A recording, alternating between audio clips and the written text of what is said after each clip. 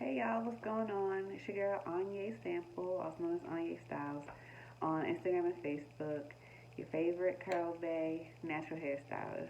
So, in this video today, I will be showing you how to braid. So, some of you may have like a lot of time on your hands right now because we're being quarantined, and you can't make it to your hairdresser or hairstylist to get the styles you like or whatever. If you have kids, you can't get to, your stylist to get, braids or whatever. So I'm going to teach you how to braid. Braiding was the very first thing I started out doing when I was a little girl, and that's what catapulted me into the whole beauty and hair industry. But enough about me. So I'm going to start off though by walking you through step by step on how to prep the hair, how to section, the different tools I use that are helpful, and then actual technique of braiding itself. So let's get started. So meet Tanya. She is our model for today, and we will be demonstrating on her. So she has already been shampooed and conditioned, and now I'm going to apply her leave-in conditioner. So I want to talk about products for a second when it comes to braids specifically. I know a lot of people have different opinions on what they use and the kinds of products they use, but typically I am a more simpler person when it comes to products and what to use and how to use things. So typically I don't like to apply a lot of heavy duty products to a person's hair if they're about to get braids. Typically, you're only going to have them in for about 2 weeks max when it comes like braiding your real hair. 3 weeks tops, but that's like pushing it. But in that, you're going to produce your own oils in your scalp, and you don't want to have buildup prematurely when you want to have longevity in your style. So, I like to use more lighter weight products when doing braids and cornrow kind of styles. So for Tanya, I'm going to use my It's a 10 leave-in conditioner. Like I said, it's lightweight. It helps even out porosity before you blow dry. So I'm going to use maybe about 5 to 7 pumps for a whole head. So just want to like lift it up, make sure I get in there, the ends especially. And then I'm going to go to my favorite of all time detangling brush, the Felicia Leatherwood brush, detangling brush with the best. And I'll also send you all the links to every single thing that I use, so that way you can be prepared and you can have it at home. So of course I'm going to start at the ends and work my way up.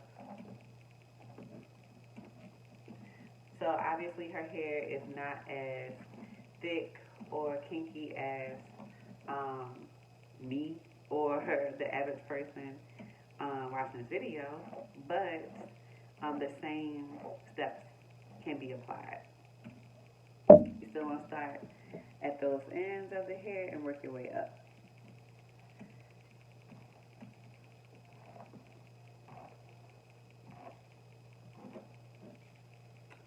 And so I am going to section her in fours, and we're going to prep for her blow dry.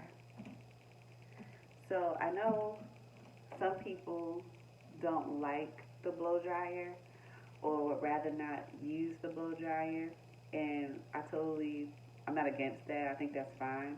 I will say, however, especially if you're doing it on a little person, like a kid or something like that, blow drying can be very helpful in a sense of making sure that the hair is smooth and you won't have a lot of kinks and tangles still within the hair.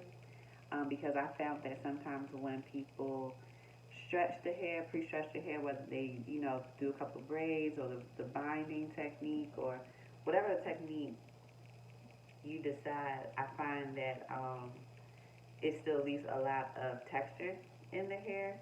And you do want texture. You don't want it bone straight when you stretch the hair. However, you want it to still be smooth enough for you to easily section and separate the hair. And as you put the braids in, you don't want to be running into kinks and tangles. So that's why I prefer to blow dry.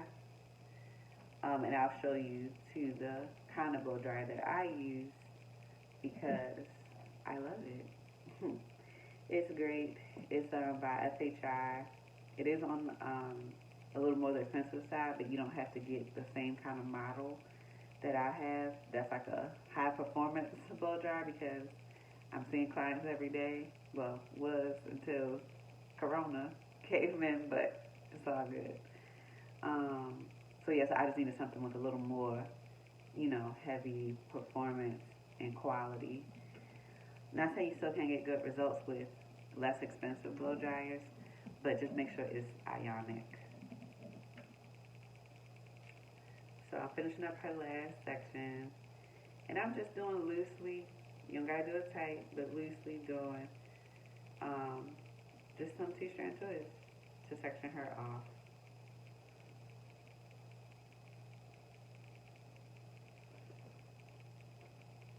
Okay. So now that she's sectioned off, typically I like to start on either side to the front of the head. Some people like starting in the back. It's whatever your own personal preference, honestly. But you kind of want to go with whatever will allow you to have the most control of the hair. So you don't want to be, blow drying this section up here and then jump to the back and then you're just going to have like a mess. So I like to go take subsection by subsection, finish that out, and then move on to the next one. So hold on one second.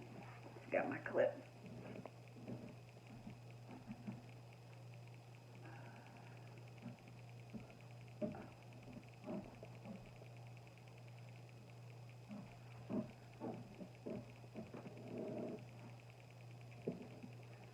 Okay, so I have my Gorilla clip.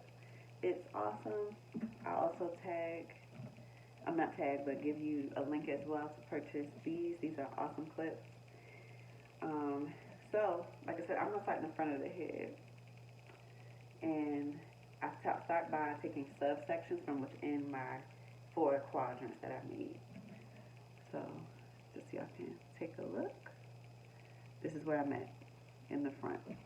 If you were doing this on your own head, you could start the same exact way and work your way around. So, like I said before, obviously her hair is not as kinky or textured as most, like myself or most people that I know, but it can still be effective. This technique. So, you're going to take your brush and let's say, for example, her texture was way more tighter, like it's all the way up here. So you have that spring back, snap back action that us curly girls have. So when you do that, you still want to brush it out, but you're going to have put some tension on the end of it. So it's kind of like the stretch and pull technique that I feel like some people may know about, some people may not. But I'm going to show it to you anyway because I love this technique, especially on tighter textures, because it allows low manipulation to the hair, so less chance of it being snapped or damaged or anything through the blow drying process, and it doesn't take that long to do. So, like I said, you're just going to brush it into your hands and hold the ends just like that. So when it comes to a blow dryer, you can have still a comb attachment on it, like I do, just because I'm going to show you how I use it, but you don't have to comb the whole entire section because that's when it starts getting a lot. You start sweating, your arms are tired, like it's too much. So with the stretch and pull technique, I'm going to show y'all how to just cut down on a lot of the movements. So I'm going to turn mine on high. I like high because it's quick, and also when you have it on low or cool, like I said, you give your hair a little bit more time to curl back up, and you won't allow your cuticles to smooth and lay down, and so you can kind of it kind of can be counterproductive, honestly, because by the time you're finished blow drying and move on to another section, it can draw back up, as you don't want. So yeah, so we're going on high.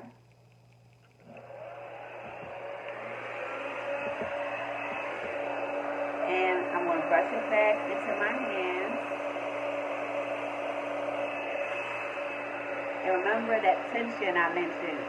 You want to hold it toward the floor, not to the side, not up, not back, toward the floor. And I'm literally just going to wave my dryer above her head. Focusing near the roots. I'm not bringing it directly to the scalp, that's going to burn you, but toward the floor on a diagonal kind of sectioning. So when the hair gets about 70% dry, I'm going to start to wave it. Not all over the place. So you see how her roots are getting pretty dry now? And I'm going to wave it toward the ends. If your hair is tighter at the ends, this is when you use your comb attachment. And just literally just go over the ends like so.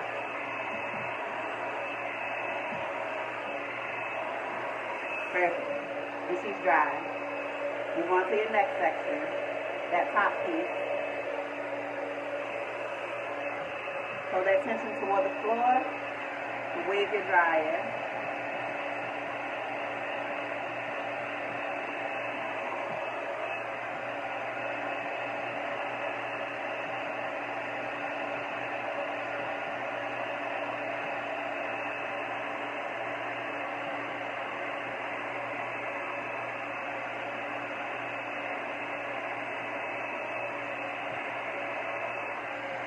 You see, I'm doing like a sweeping motion, and then I'm just going to use the teeth of the comb to finish off the ends. Perfect.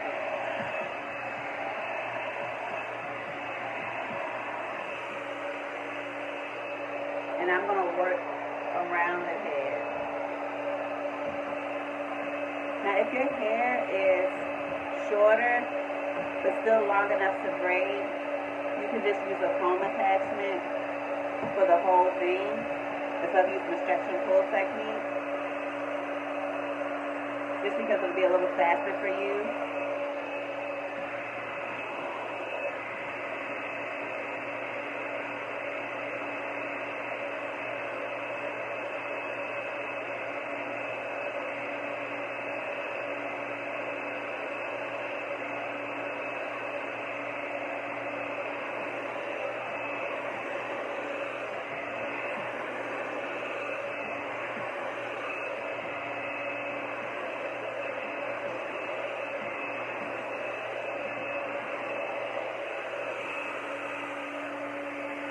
Working on my next piece.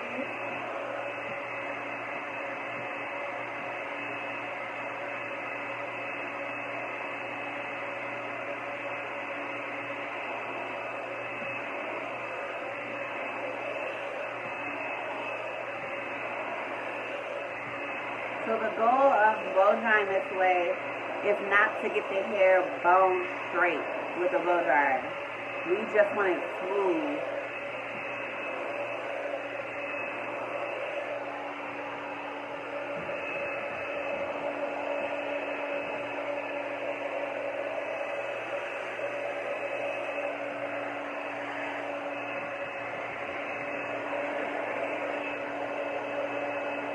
Still holding that tension on it, not super tight, but just tight enough where her hair is stretched.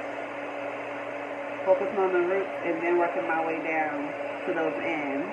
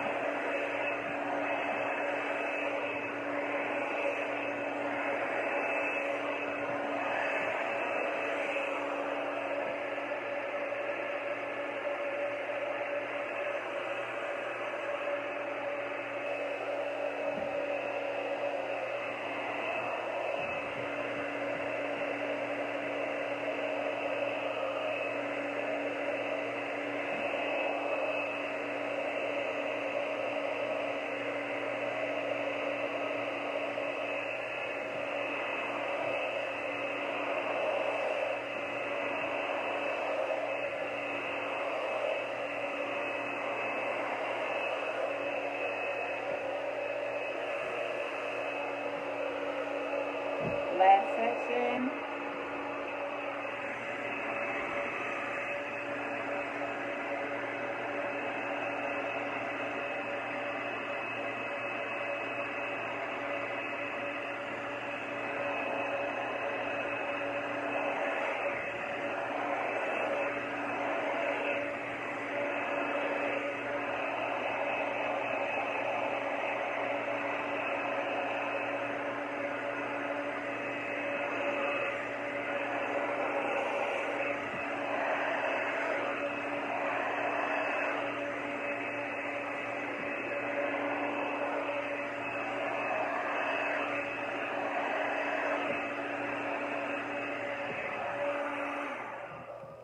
Didn't take long at all, right? So now look at Tanya. She's still textured. She's not bone straight, but she's smooth. Smooth enough to go in, take a clean section, no tangles. This is how pretty much you want your hair to be when you are about to braid your own hair. So I'm going to show you first how to plait, and then we will level up to cornrowing. So plaiting is, as you already know, a classic kind of style. I have plaits in right now just for added hair, but when you are prepping the hair, jumping back to products, I like to always go, like I said, with lighter weight products. So one of my favorite things to use before doing any kind of like updo or braided kind of style is or are hair lotions or hair milks. So for example, my Yellow Organics avocado moisturizing hair milk. It's pretty lightweight, and you don't need a lot on the hair. So I'm going to show you how much I would apply to someone who had this amount of hair.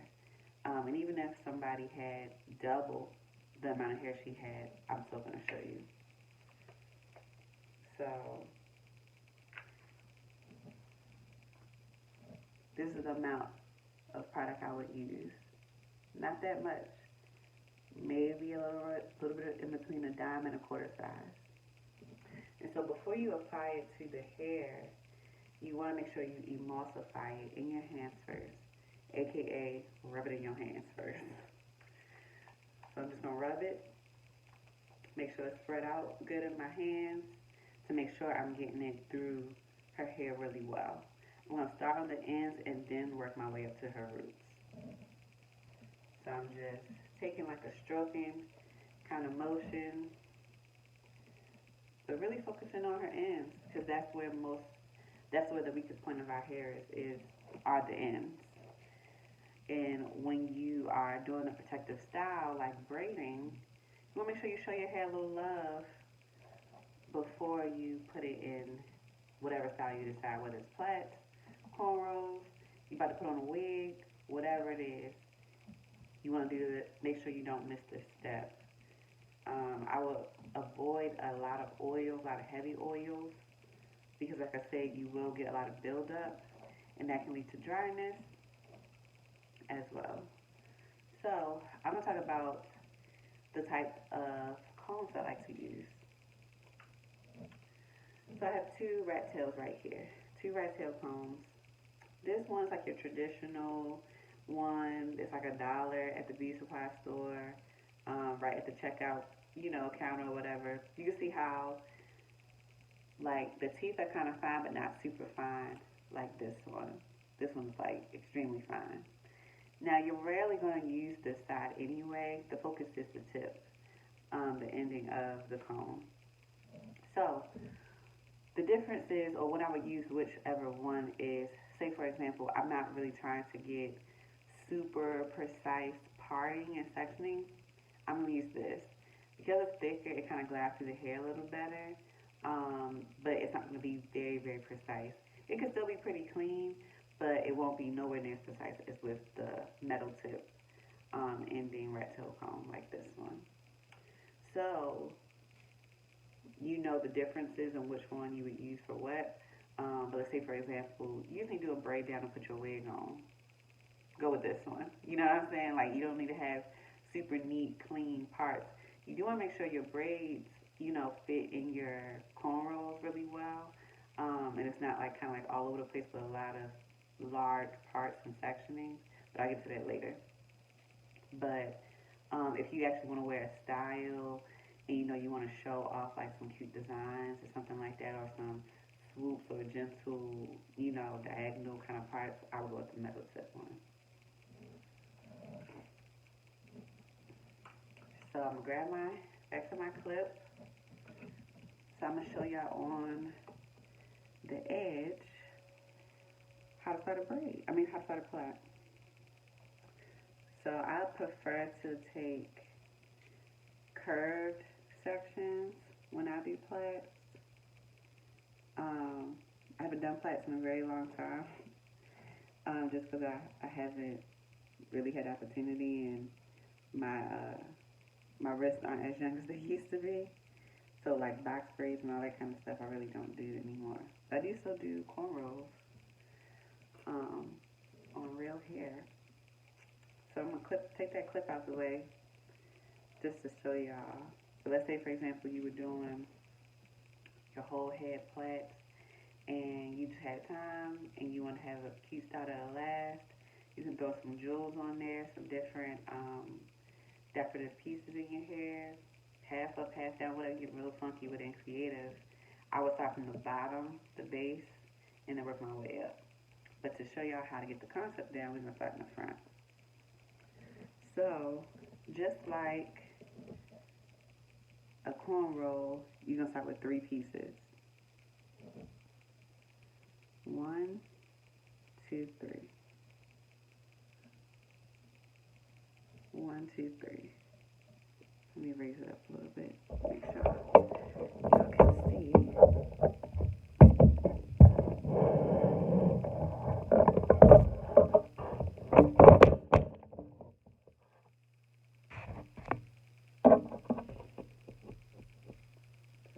Okay. So 3 pieces. 1, 2, 3. So no matter whether you are left-handed or right-handed, you just want to make sure whichever exterior piece, this piece or this piece, not the middle piece, comes underneath the center piece. And you're just alternating the whole way down. So I'm going to show you one transition. So I'm going to start with this piece, and I'm going to just bring it under. So as I'm twisting it and bringing it under, I'm using my index finger and my thumb to bring it to, like so. So that exterior piece of the first part, the beginning part, is in between my middle finger and my ring finger. And so now I'm going to twist that piece underneath the new middle piece now and bring it to my other side. So now I have another middle piece. This will be the outlier. I like to call this the outlier. Whatever piece is not twisted underneath and is out kind of hanging out by itself, that's the outlier. That's how you know which piece needs to come under.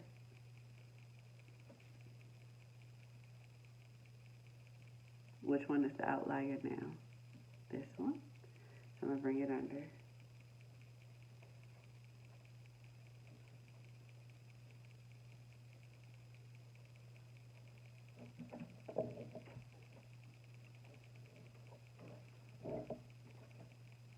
There we go. So this is the outlier. Well, sorry, this one is the outlier. This piece. And so I'm literally going to bring it under that middle piece. See what I did? So my middle finger helps to bring it around that back middle piece. I use my index and my thumb to hold the new outlier piece.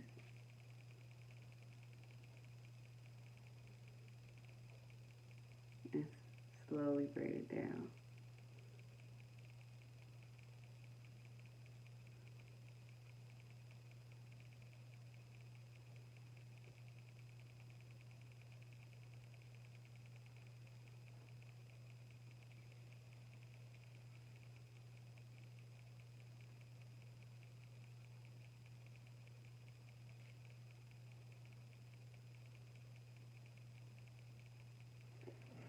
Okay, we're going to do another piece.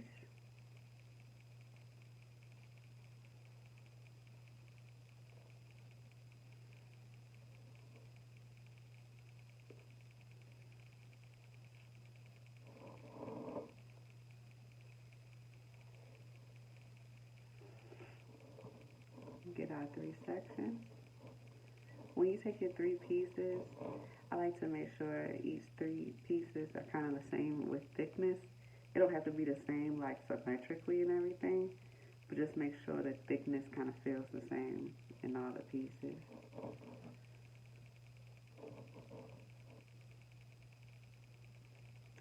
So, starting with one of my outliers, one of my exterior pieces. So you have one exterior piece and then the opposite one, and you're always gonna have that middle piece. Let's try to make sure y'all can see. Okay. So back holding my 3 pieces. So I'm literally taking that exterior piece under that middle piece just by twisting my hand a little bit. One motion. So you see that exterior piece in between my middle finger and my ring finger. My index and my thumb are holding that middle piece. I bring it over. That's one part. So now they separated. So now this is the new outlier piece. And so I'm holding the new middle piece with my index and thumb, taking my opposite index and thumb and bringing it underneath. Same thing, taking my index and thumb. So you see how my middle finger always keeps that opposite piece out of the way. So you're always going to have a piece of hair on the outside of your middle finger and then one on the inside, like so.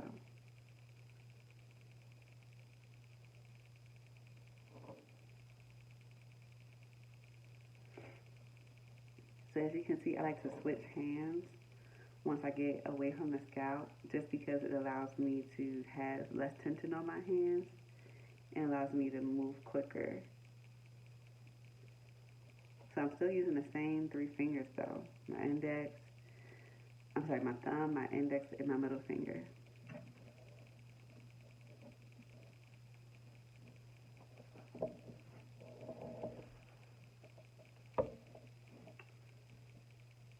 So my middle piece, I'm bringing it around, taking that middle finger, moving it down. Middle piece, holding it, taking my middle finger, and bringing it down.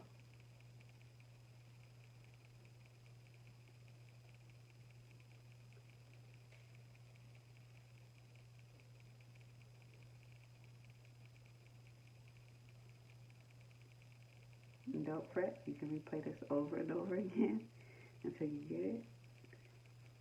Typically, most people know how to plait, but don't know how to cornrow. But it's definitely simple. It just takes time. Be patient with yourself if you don't get it right away. So, okay. So now on to cornrowing.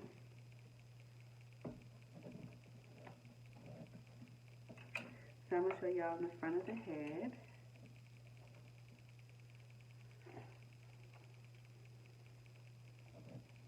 So I'm going to take my metal tip comb this time because I want a little bit more precision in my parts.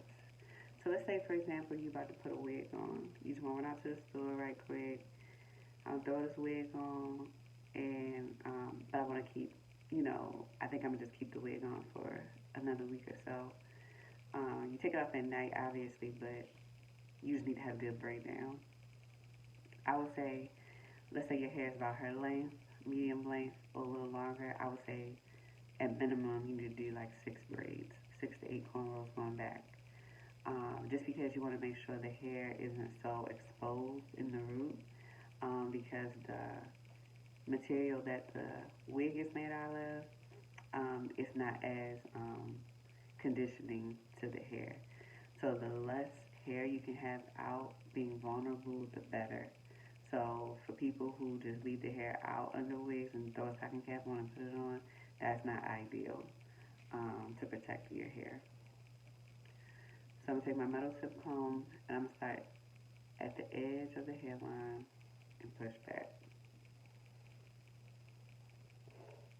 So as you can see, I'm starting to make my part, and I'm just using my tip as a guide to decide where I want, how wide I want my section to be, how clean I want it to be.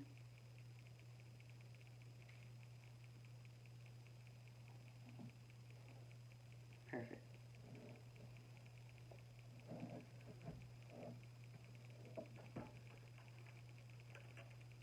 Okay.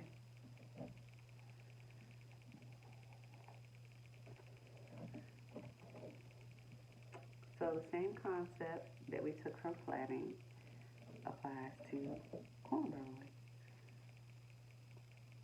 You're going to start with 3 pieces.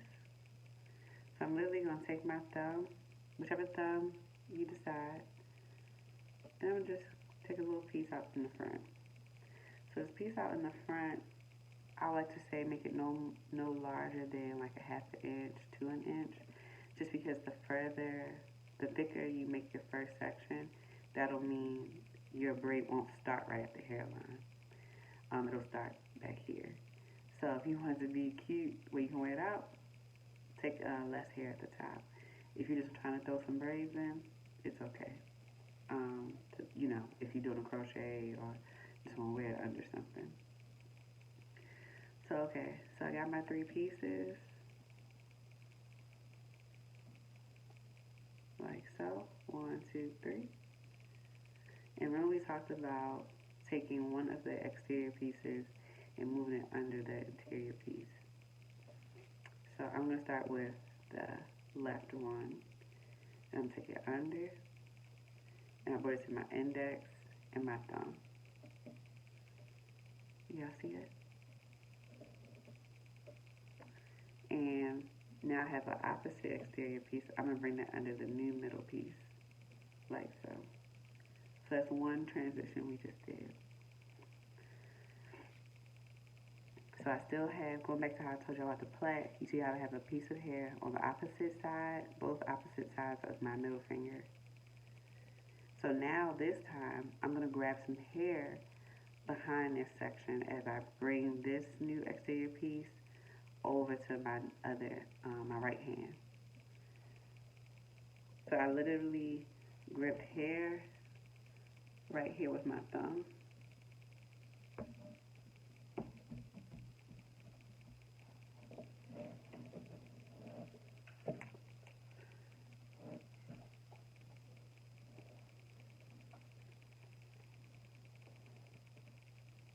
So every time I make a transition, now that I'm not on the hairline anymore, I'm literally picking up hair into that exterior piece.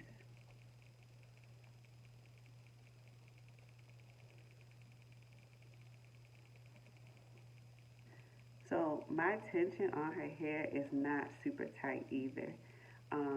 When you do braids, you don't want the tension to be so tight where you're literally gonna have to take a Tylenol afterwards or something like that. It's extremely too tight, especially when doing protective styles. It defeats the purpose of it being a protective style if it's that tight.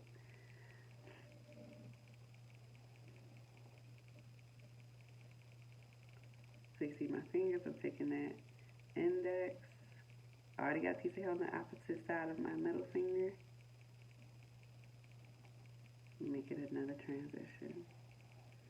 So every time I bring a piece over, I'm just sweeping in more hair as I go down my part. Don't worry, we're going to do this again.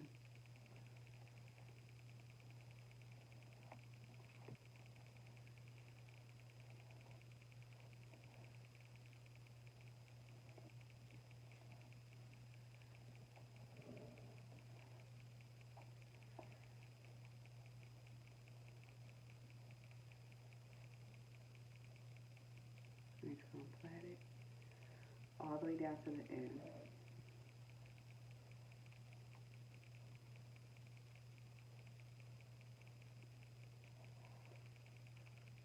Same thing, I'm taking another section,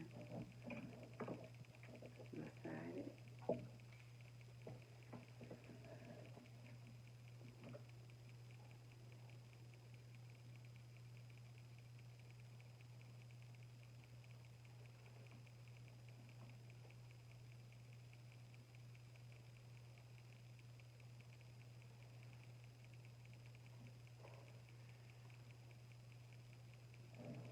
I'm going to take the clip, get the hair out the way.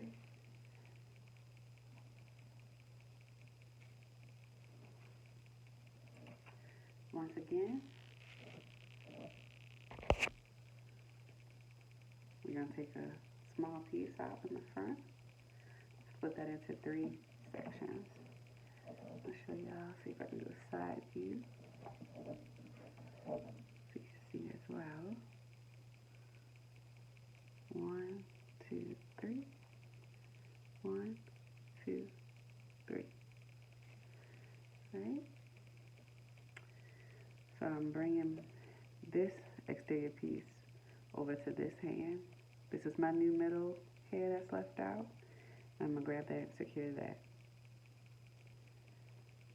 Opposite piece underneath that middle section now.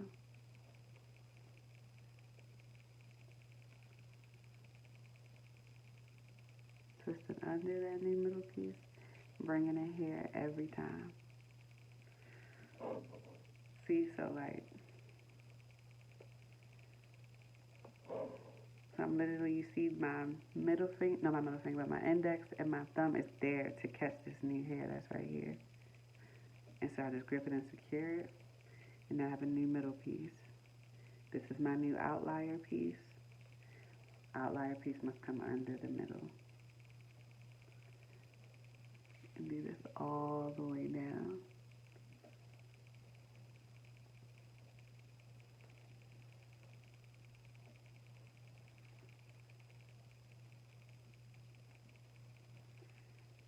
If you have other questions about products and what do I use, because sometimes you may want to do a different kind of style.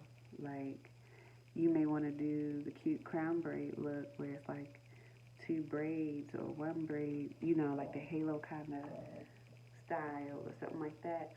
I would use a different product because the style is different. More of your hair is out, all of that. So if you have other questions about what product should I use for this, and should I use edge control for this, and all this kind of stuff, you need to go to my website, www.anyastyles.com, and I have a whole course on talking about how to select hair products for styling natural hair. A lot of y'all are at home right now and can't get to the salon, or you just may be like, I just need more products at home and I want to create different looks. What I have isn't working for me. How do I know what to get? Take my course. So, as you can see, she's all set for a braid down, for a wig, some crochets. Like I said, feel free to be patient with yourself. Watch the video as many times as you need to get the concepts down, but you can definitely do it. Thank y'all, and I'll see y'all soon.